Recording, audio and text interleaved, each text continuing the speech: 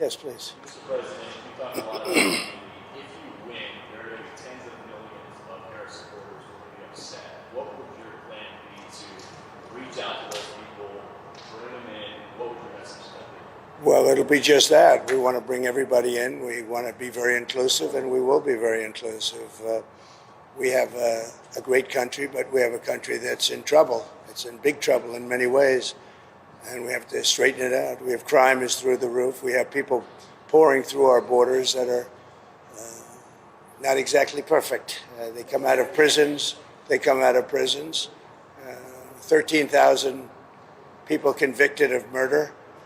We don't need this in our country. We have enough difficulty. We don't need that. So I think people saw that, and it just seems that the conservatives are voting very powerfully. Just finish it up. Go ahead. How are you feeling? Nervous, anxious? No, I feel very confident. I have felt. You know, we went in with a very big lead today, and it looks like Republicans have shown up in force. So we'll see how it turns out. But it seems that they have really shown up in force. I just got a call from Dan Patrick in Texas. He said they've never seen anything like it. It's been very good. Looking back, is there anything you would do differently about your campaign? Do anything you regret about how you ran this campaign? Look, regrets. You always have regrets. I can't think of any, to be honest, to use her expression. I can't think of any. I ran a great campaign. I think it was maybe the best of the three. We did great in the first one. We did much better in the second one, but something happened. And this was the best. I would say this was the best campaign we ran. President Trump, do you accept the possibility that you and Vice President Harris both might not get to 270 electoral votes by the end of tonight? It should never happen. A thing like that should never happen. This election should be over. They spend all this money on machines. And frankly, if they'd use paper ballots, it would be over by 10 o'clock. And by the way, the paper ballots would cost 8%. Would be 8% of the cost. If they would use paper ballots, voter ID, proof of citizenship, and one-day voting, it would all be over by 10 o'clock in the evening. It's crazy. They use these very expensive computers, and I'm hearing in Pennsylvania they won't have an answer till 2 or 3 days from now.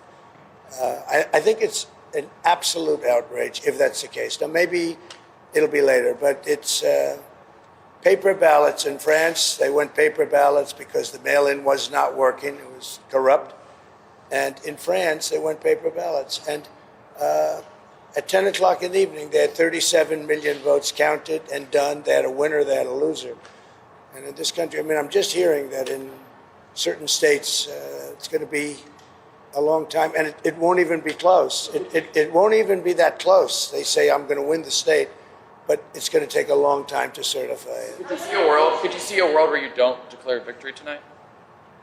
Yeah, I mean, I'm hearing the same things that you're hearing. I'm hearing states where I'm up by a lot, but they won't have a final number for a long time. What are your plans for tonight in terms of watching the results and so forth? So we're going to have a very special group of people, many of whom you know, and they'll be at Mar-a-Lago. In addition, we'll have 4,000 or 5,000 people at the convention center.